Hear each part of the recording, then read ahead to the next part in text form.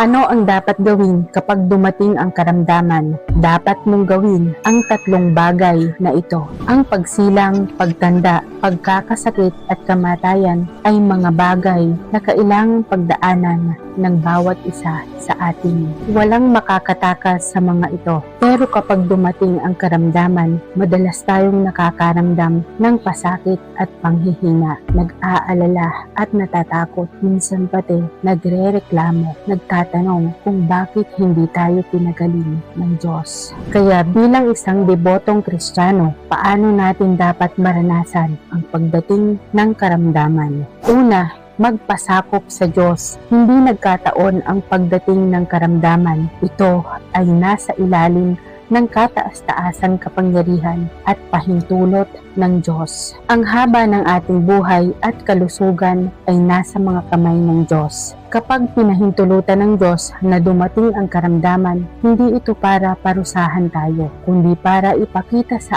atin ang kanyang otoridad sa pamamagitan ng pagdanas nito. Hindi lang dapat natin isipin, kailan ba ako pagagaling ng Diyos, at higit pa, hindi dapat tayo magreklamo kapag hindi natin nakikita ang kagalingan. Sa halip, dapat muna tayong matutong magpasakop sa plano ng Diyos at itigil ang pagrereklamo. Ikalawa, pagninilay sa iyong sarili. Hindi lang basta pinapayagan ng Diyos na magdusa tayo. Sa pamamagitan ng karamdaman, hinihikayat niya tayong magnilay kung may nagawa ba tayong kasalanan na ikinasusuklam ng Diyos, kung may nagawa ba tayong mga salungat sa Kanya, kung malayo ba ang puso natin sa Diyos at iba pa. Kapag lumalapit tayo sa Diyos para manalangin at maghanap, tatanglawan tayo ng Diyos para makaunawa. Hindi ito parusa, kundi paraan niya para tayo ay linisin at iligtas. Sabi ng Diyos, kapag isinasaayos ng Diyos na ang isang tao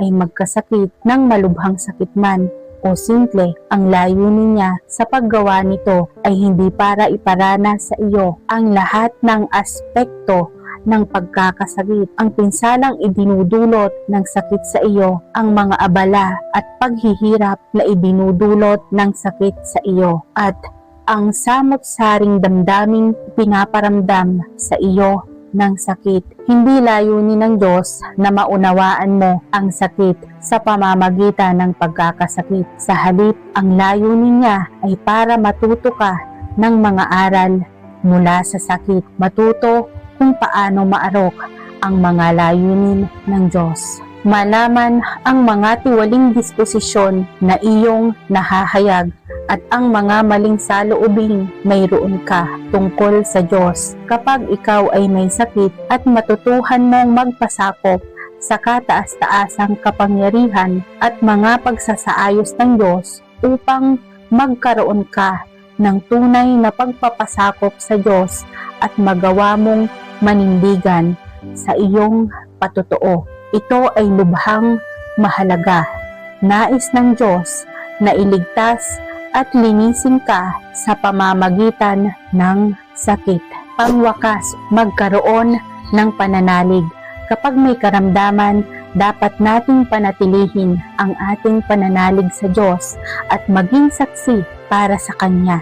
Kapag mas mahina ang katawan, mas dapat nating panatilihin ang ating normal na buhay espiritual, manalangin kung kailan dapat at basahin ang salita ng Diyos kung kailan dapat. Kahit hindi natin naiintindihan ang plano ng Diyos, maniwala tayong ang kanyang pagsasaayos ay hindi lalampas sa kakayahan ng tao. Matutong maging katulad ni Job, hindi tinanggi ang Diyos at hindi siya nagreklamo, pero nanatili sa katapatan at pagpapasakop. Pagkatapos ng ganitong karanasan, hindi tayo matatalo ng karamdaman. Sa halip, makakamit natin ang paglago sa buhay sa pamamagitan ng mga pagsubok na ito.